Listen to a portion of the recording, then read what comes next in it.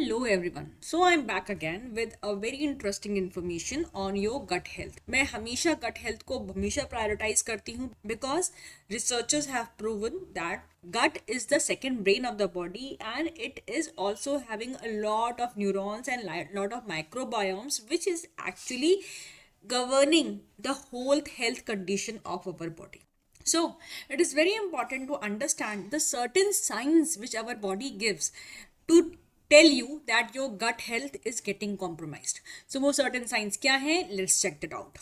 Sign number one, certain digestive issues like आपको bloating हो रही है, कुछ भी खा रहे हैं उसके बाद आपका पेट फूल जा रहा है या पेट फूला ही रहता है, गैस की प्रॉब्लम हो रही है, बर्पिंग हो रही है या आप फ्लैटुलेंस हो रहा है या कॉन्स्टिपेशन हो रहा है या डायरिया हो रहा है या ऑल्टरनेटिंग स्टूल्स हो रहे हैं, कभी डायरिया हो जाता है कभी कॉन्स्टिपेशन हो जाता है, या आपको बहुत ज़्यादा एसिडिटी हो रही है, हार्ट बर्न हो रहा है, चेस्ट में बर्निंग सेंसेशन सी लग रही हैं. So these can be certain digestive signs of your poor gut health. अब आगे बात करें तो स्किन पे अगर आपको ड्राइनेस रह रही है या एक्ने के ब्रेकआउट्स बहुत फ्रीक्वेंट हैं या आपको किसी भी तरह का एक्जिमा या सोरियासिस की इशू है, then let me tell you the problem is lying in your gut. अगर आप अपनी गट को बेटर करेंगे तो ये सारे सिम्टम्स भी रिजॉल्व हो जाएंगे.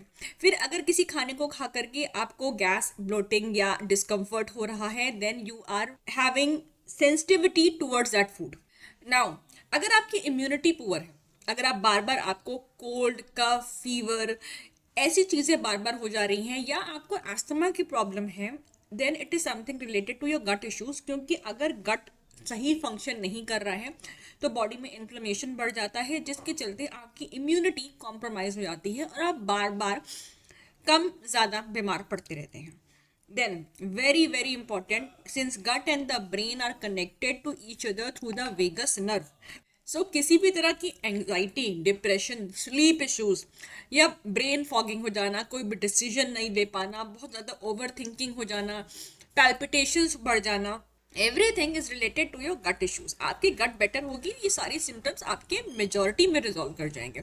फिर अगर आपका वेट बहुत ज़्यादा लूज हो रहा है या आप बहुत ज़्यादा वेट गेन कर ले रहे हो विद नो रीजन अराउंड, आप समझ लीजिएगा कि आपका गट हेल्थ कॉम्प्रोमाइज हो चुका है. फिर अगर मुंह से बहुत ज़्यादा बदबू आ रही है तो हम अक्सर अपनी टंग क्लीन करते हैं थिंकिंग की जो है बैड ब्रेथ चली जाएगी, but the problem is lying in your gut. So अगर ओरल हाइजीन को भी इम्प्रूव करना है तो गट हेल्थ को इम्प्रूव करना है. फिर वेरी इंपॉर्टेंट, अगर आपको बहुत ज़्यादा थकान महसूस होती है, दिन भर टायर्ड फील करते हैं, then the problem is in the gut. Please make your gut healthy. आपकी ये सारी चीज़ें, your energy levels, everything will improve.